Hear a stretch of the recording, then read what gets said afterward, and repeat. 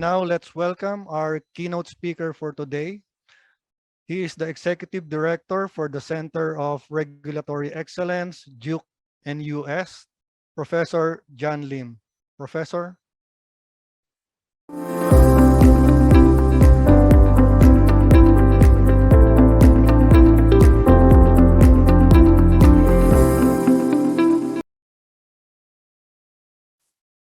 Thank you very much, Rod, for that introduction. And I'd really like to thank the organizers of APPIS 2022 for this great privilege to speak with you today. We've heard such a strong sort of emotive sharing from people.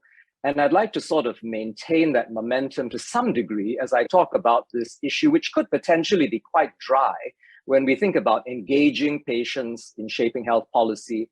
And I'm going to be talking from an Asia-Pacific perspective, but I believe that the principles I'm sharing today apply across all the regions and even globally that we represent.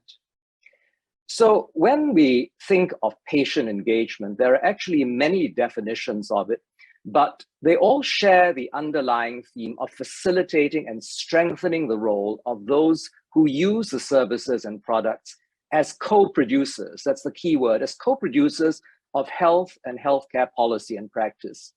And you see on the screen a US FDA definition, which is helpful. It's defined as intentional, meaningful interactions with patients that provide opportunities for mutual learning and effective collaboration. So there's very much this partnership that comes through. And really, patients should be active participants and treated as valued partners whose inputs, active advice, and guidance are sought and implemented. But if we think across the region in the Asia Pacific, patient engagement is still relatively nascent. It's more developed in some areas than others, but generally it is quite quiescent and still in a developing stage. But I do believe it's at a very important inflection point, and that should give us all great hope, but also the courage to press on.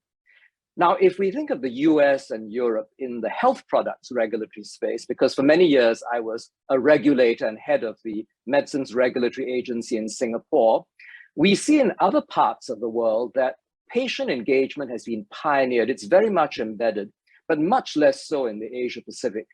However, in the health technology assessment space, when you're assessing cost effectiveness of therapeutics, there seems to be a lot more movement going on there.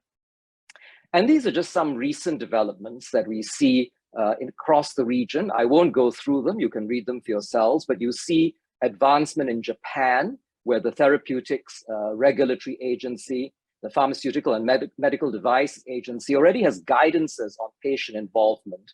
And Japan, of course, has the Patient and Public Involvement Consortium, which is coming on very well. And in my own country, Singapore, the Agency for Care Effectiveness, which is our HTA agency, has established a consumer engagement and education initiative. And in fact, just a few months ago, my Center of Regulatory Excellence at the Duke and US Medical School hosted a session for ACE to interact with patient groups. But one thing we have to realize is that when we think of policy, there's a diverse range of stakeholders on patient engagement. And there are two broad groups, which you can see on the screen here. They're the stakeholder domains, and they cover disease-specific groups, clinical care, disease management, patient care and support, and so on and so forth, all the way down to financing. But there are also organizational domains. So there are disease-specific patient organizations, which many of you are familiar with. But then there are the perspectives of the healthcare institutions, the ministries of health, the regulatory and HT agencies, and of course, industry and industry associations. So what we are facing when we think of patient involvement in health policy shaping is a diversity of perspectives, of priorities, of needs and approaches.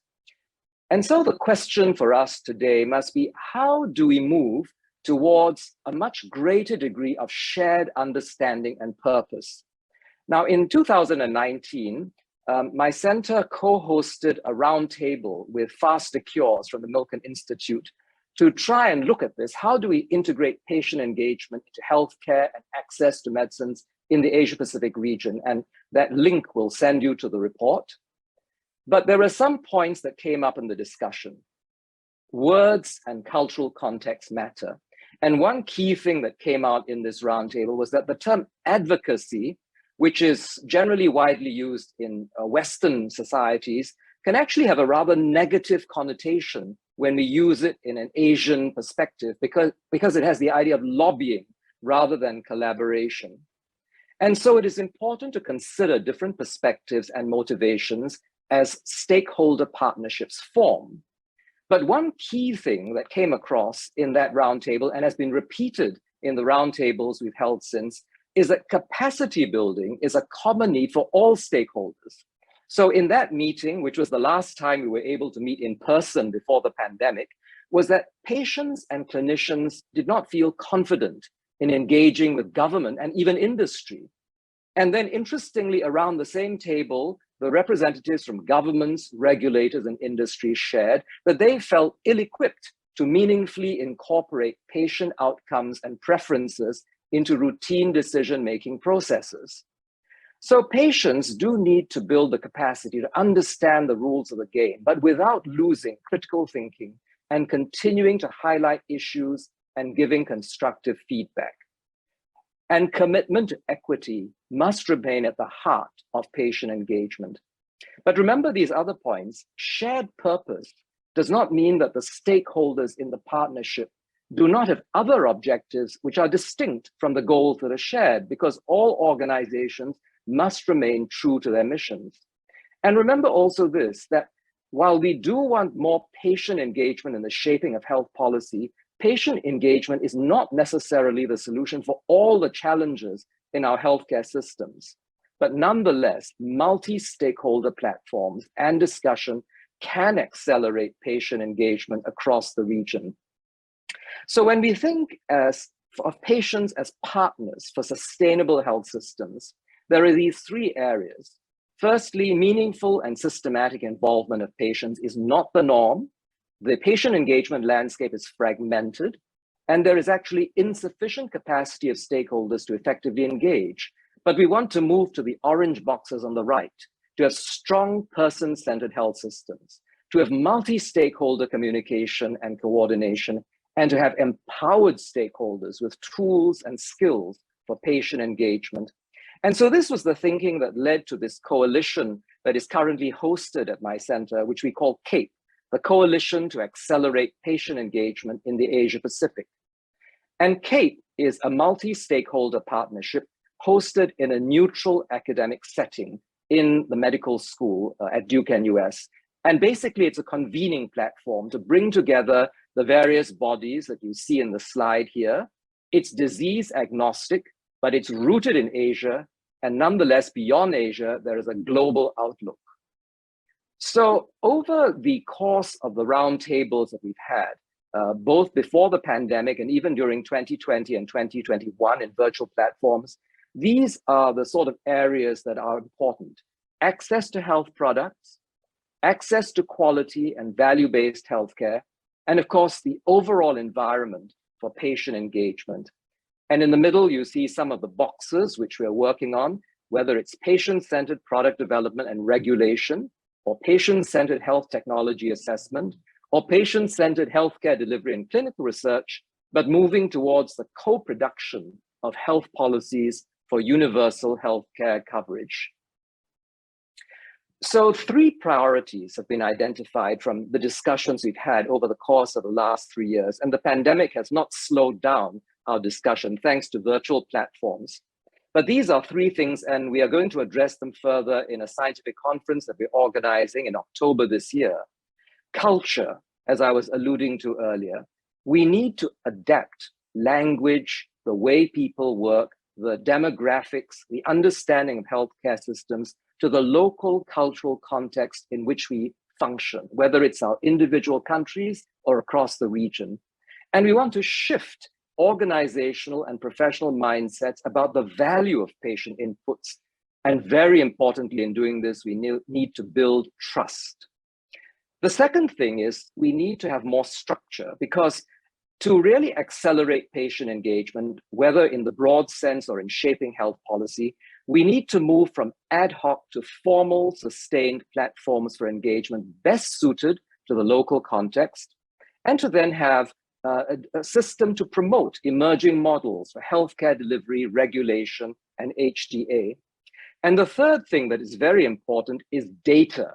We need to move beyond anecdotes. Our personal stories are extremely powerful, and they really mean so much to us.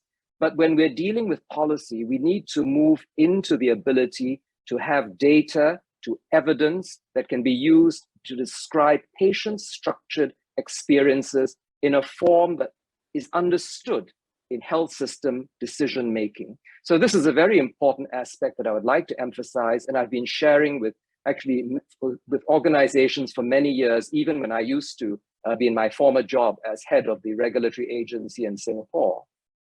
And so just for some concluding thoughts, which I hope will set the stage for the discussion today, and which will lead, I hope, to more engagement and enthusiasm to really embed patient inputs in health policy shaping.